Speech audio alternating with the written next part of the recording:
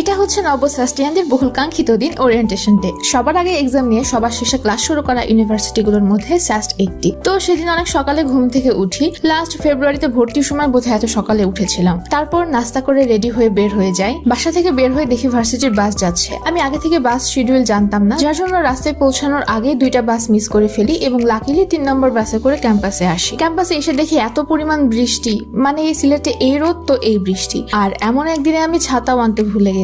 প্রশাসনিক ভবনের নিচে আমরা অনেকে প্রায় 40 মিনিট মতো দাঁড়িয়েছিলাম। তারপর সেন্ট্রাল অডিটোরিয়ামে আসি। এসে দেখি পুরোটাই ফাঁকা, তবে ধীরে ধীরে সবাই আসতে শুরু করেছিল। আর আমি এদিকে পুরো কাক ভেজা হয়ে গেছি। পরে বুঝলাম শুধু আমি না, বাকিদেরও একই অবস্থা।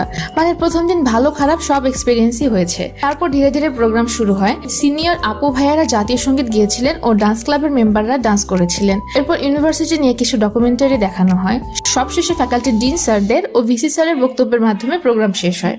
আর এই যে প্রোগ্রাম থেকে বের হয়ে আরো ফ্রেন্ডের দেখা পেয়ে যাই। তারপর ডেপ্টের বাকিদের সাথে দেখা করার জন্য ডিপার্টমেন্টে চলে আসি। এখান থেকে আমার ওয়েলকাম কিট কালেক্ট করি। কারো কারো ডিপার্টমেন্টের ওরিয়েন্টেশন সেদিনই হয়েছে, কিন্তু আমাদেরটা নেক্সট দিন ছিল। এই যে সবাই গ্রুপ ছবি তোলার পর ক্লাসরুম ঘুরে দেখছিলাম।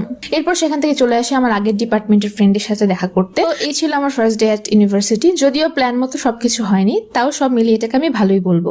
দেখা হচ্ছে নেক্সট ব্লগে। ততদিন সবাই ভালো থাকবেন, সুস্থ থাকবেন। বাই।